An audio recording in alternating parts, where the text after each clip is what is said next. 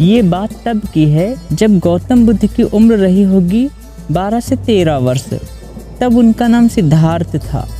एक दिन गौतम बुद्ध अर्थात सिद्धार्थ अपने चाचा के लड़के देवदत्त के साथ जंगल घूमने गए। जंगल में उनके चाचा के लड़का देवदत्त शिकार करने के लिए इधर उधर घूमने लगा और वहीं पर गौतम बुद्ध अर्थात सिद्धार्थ कहीं पर भी घूमने के लिए नहीं गए। वो तो एक जगह शांत बैठ गए। क्योंकि गौतम बुद्ध जो थे उनमें सिर्फ शांति का अनुभव करना अच्छा लगता था। उन्हें प्रकृति को देखना अच्छा लगता था। उन्हें इस प्रकृति के बीच में रहना बहुत अच्छा लगता था। इसलिए उन्होंने अपने चाचा के बेटे के साथ शिकार के लिए नहीं गए। तो तथागत उसी जंगल में एक स्थान पर बैठ गए और वहीं पर उनका जो चाचा का लड़का देवदत्त था वो इधर उधर घूमने लगा शिकार करने के लिए। उसने कुछ समय पश्चात एक आसमान में उड़ते हुए हंस को तीर मार दिया।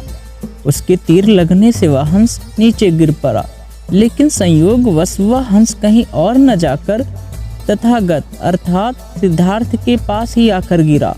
उसे देखकर सिद्धार्थ के मन में इतनी अधिक पीड़ा हुई, बेअथा उन्हें दर्द का एहसास हुआ।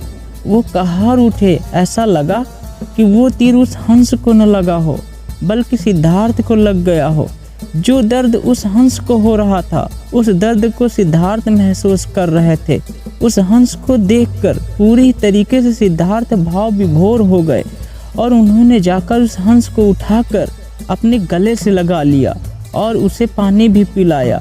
उसके तीर को भी निकाला। उस तीर के निकालने में जो दर्द उस हंस को महसूस हुआ वही दर्द सिद्धार्थ ने भी महसूस किया।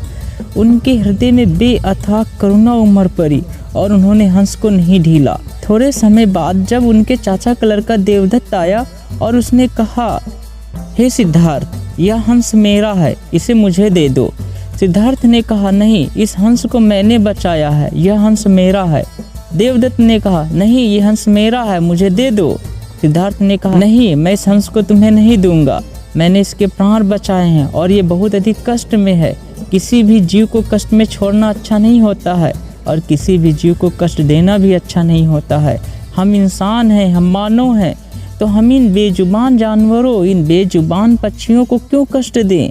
ये हंस अब मेरी शरण में है। मेरा दायित्व बनता है कि मैं इसकी रक्षा करूं, क्योंकि ये कष्ट में है।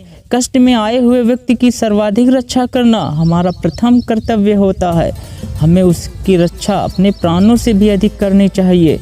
शरण में आया हुआ व्यक्ति नहीं होता है, वह ईश्वर का स्वरूप होता है और कष्ट में आए हुए की रक्षा करना हमारा प्रथम धर्म, हमारा प्रथम कर्तव्य होता है। अतः इस हंस का मैं रक्षा करूंगा क्योंकि यह इस वक्त सर्वाधिक कष्ट में है। ऐसे ही बातों में विवाद होता गया। देवदत्त और सिद्धार्थ दोनों अपने मामले को लेकर राजा के पास पहुँचे। ये राजा कोई और नहीं बल्कि सिद्धार्थ के पिता शुद्धोधन ही थे।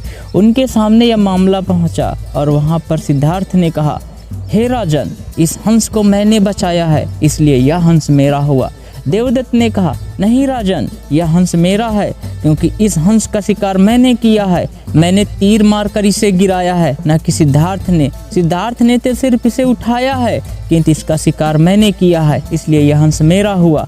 सिद्धार्थ ने कहा, नहीं राजन, यह हंस मेरा हुआ क्योंकि मारने वाले से बड़ा बचाने वाला होता है। इस बात को सुनकर सभी राज दरबारी सिद्धार्थ की बात से सहमत थे। उन्होंने भी एक स्वर में कहा, हाँ राजन, मारने वाले से बड़ा बचाने वाला होता है, अतः यह हंस सिद्धार्थ का ही हुआ।